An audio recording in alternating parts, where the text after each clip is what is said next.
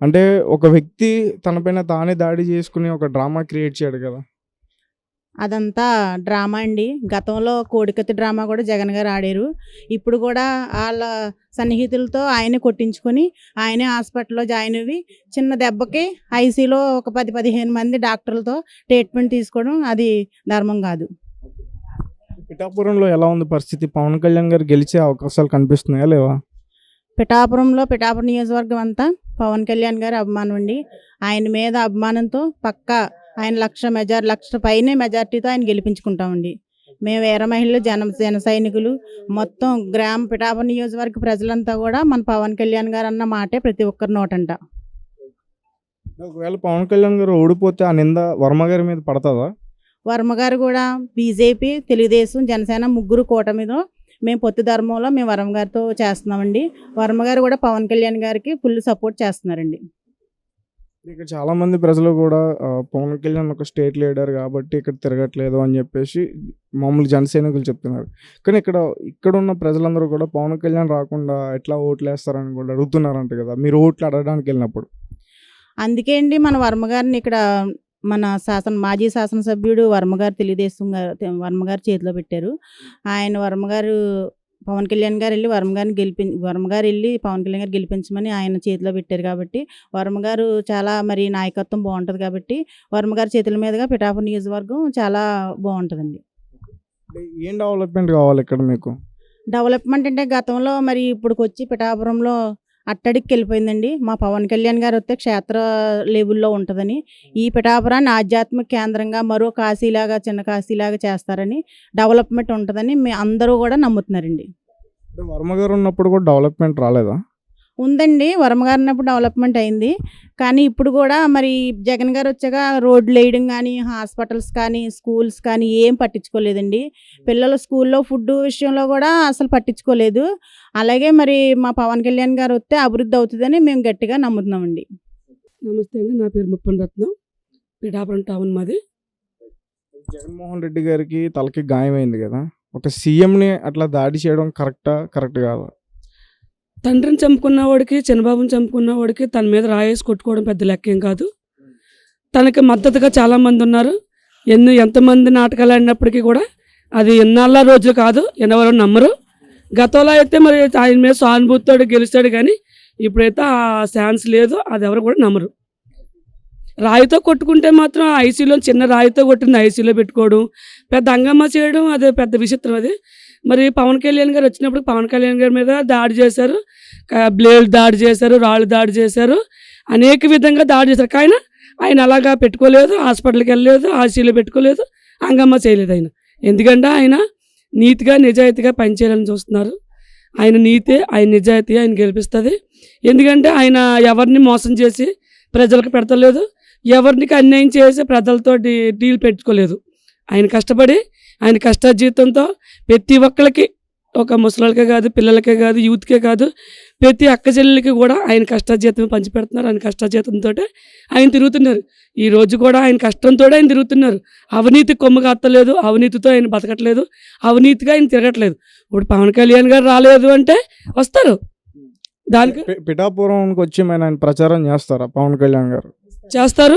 Nomination అయిన తర్వాత ఆయన ఇక్కడే ఉంటారు, ఇక్కడే ప్రసారం చేస్తారు. ఆల్రెడీ ఆయన తరపున వరం గారు చేస్తున్నారు, అలాగే నాగేంద్రబాబు గారు చేస్తున్నారు.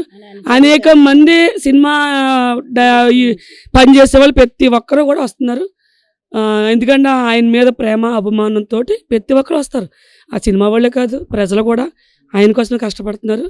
ఆయన కోసం ఆయన గెలిపించుకోవాలని 1,00,000 పైనే మేము ఆశపడుతున్నాం. మా టార్గెట్ 1,00,000 కాదు, 1,00,000 పైనే ఉండాలి. సీఎంగా ఆయన్నే కూర్చోబెట్టుకోవాలి మా ఆశ. 1,00,000 పైన మెజారిటీ ఓకే, మళ్ళీ సీఎం ఏంటి? మీకు జనసేనకి ఇచ్చినవి కేవలం 23 సీట్లు మాత్రమే. 23 సీట్లో కూడా మళ్ళీ 2 ఎంపీ సీట్లకి వెళ్ళిపోయినాయి బీజేపీ పార్టీకి. 21 సీట్లతో పవన్ కళ్యాణ్ సీఎం ఎలా అవుతాడు? మళ్ళీ ఎందుకు అలా మాట్లాడుతున్నారు మీరు? ఈ విషయం పవన్ కళ్యాణ్ గారే చాలా స్టేజ్ల మీద ఆయన చెప్పడం జరిగింది, అనౌన్స్ చేయడం కూడా జరిగింది. మళ్ళీ ఎందుకు మీరు అట్లా మాట్లాడుతున్నారు? పవన్ కళ్యాణ్ గారు చెప్పడం అంటే ఆయన నీతిగా ఆయన చెప్తున్నారు. ఆయన తెలుసు మా ఆశ, మా కోరిక ఏంటంటే ఆయన సీఎంగా చూడాలని మా ఆశ. ఆయన ఒక్క పిఠాపురం నియోజకవర్గమే కాదు, ప్రతి నియోజకవర్గంలోని, ప్రతి రాష్ట్రంలోని పవన్ కళ్యాణ్ అంటే పెద్ద ప్రాణం, అవమానం. ఎందుకంటే ఇప్పుడు రాజకీయాలు డబ్బు కోసం దేవుళ్ళు ఆడుతున్నారు, కానీ మా పవన్ కళ్యాణ్ గారు డబ్బు కాదు అవమానంతో గెలుస్తారండి. మా అభిమానం అది చూడాలి మేము. ఆయన ఈ 5 సంవత్సరాలు కాదు 25 సంవత్సరాలుగా ఆయనే ఉండాలని మా ఆశ, మా కోరిక.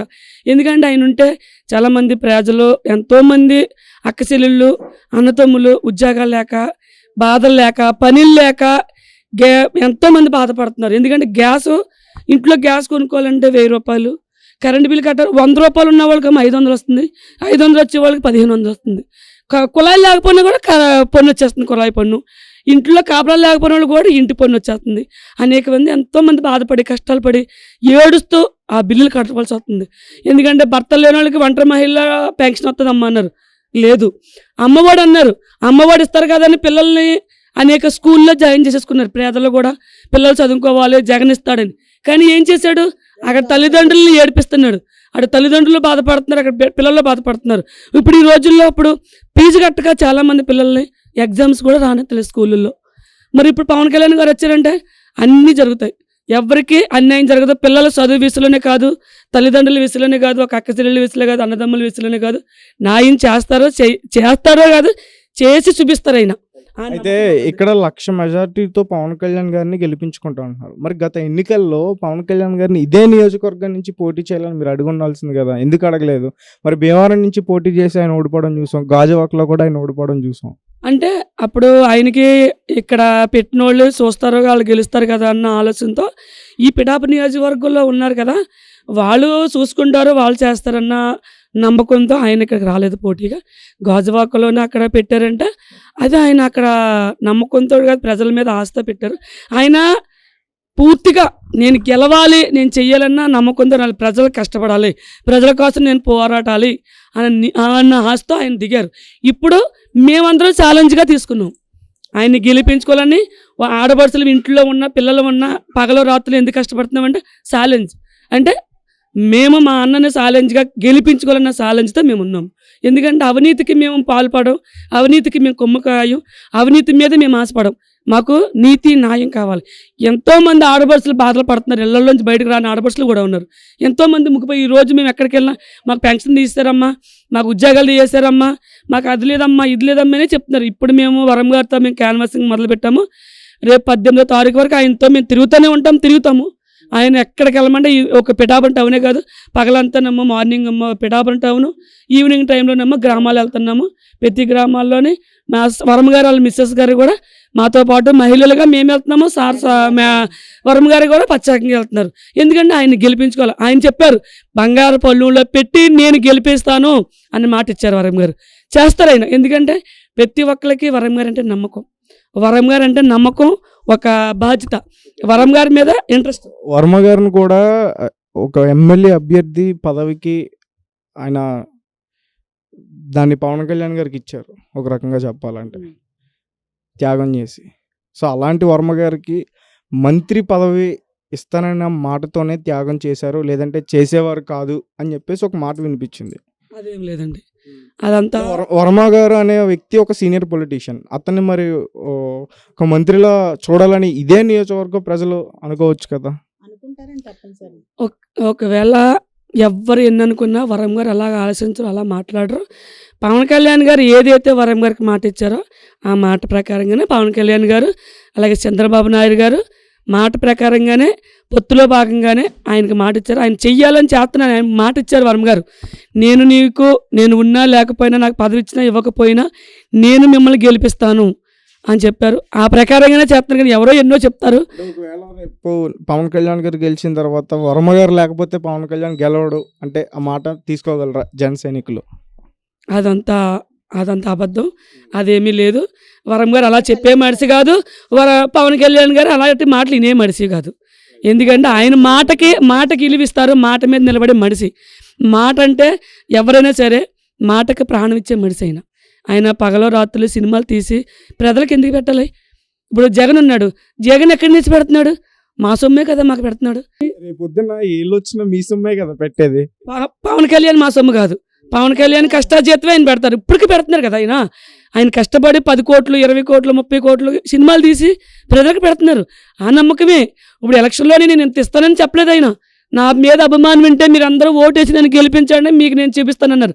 పిఠాపురం నియోజకవర్గాన్ని ఒక హైటెక్ సిటీగా, ఒక టూరిస్టులకి, ఒక పార్క్గా, ఒక బీచ్, ఉప్పాడు బీచ్గా ఇవన్నీ డెవలప్ చేయాలి. ఎందుకంటే ఉప్పాడు బీచ్ మీకు అందరికీ తెలిసిందే, ఎప్పుడు వర్షాలు వచ్చినా రోడ్డు పోద్ది. ఆ రోడ్డు పోతే బస్సులకి కానీ వెళ్ళటానికి ట్రావెల్కి కానీ చాలా ఇబ్బంది పడిపోతున్నారు జనాలు. అలాంటి దానికి బ్రిడ్జి వేయించి ఆ ఊరినే ఒక సిటీగా చేస్తున్నారు. టూరిస్టులు ఎక్కడి నుంచో మన ఊరు వస్తారు. అసలు మన పూర్వంలో మన పుట్టక ముందు మా తాతల్లో ఉన్నప్పుడు ఇది పిఠాపురం, పీఠికాపురం అని పిలిచేవారట. ఇప్పుడు తెలియనప్పుడు జర్నలిస్ట్లో పిఠాపురం పేరు వచ్చింది. తర్వాత నాకు తెలిసిన ఒక పంతులు గారు చెప్పారు, ఈ ఊరి పేరు పీఠికాపురం అమ్మ, అసలు ఇదే కాశీ అవ్వాలి, కానీ కొన్ని పరిస్థితుల్లో దేవుళ్ళు ఇక్కడ ఆగిన తర్వాత అక్కడికి వెళ్ళి, అందుకని అది కాశీ అయ్యింది, ఇది పీఠికాపురం అయ్యిందమ్మా. అలాంటిదప్పుడు మన పవన్ కళ్యాణ్ గారు ఏమన్నారంటే దీన్నే చిన్న కాశీగా చేస్తాను. పవన్ కళ్యాణ్ గారు వచ్చిన తర్వాత పీకేపురం అయిపోద్దా? పీఠికాపురం అంటే పీకే అంటే పవన్ కళ్యాణ్ కదా, అట్లా అడుగు.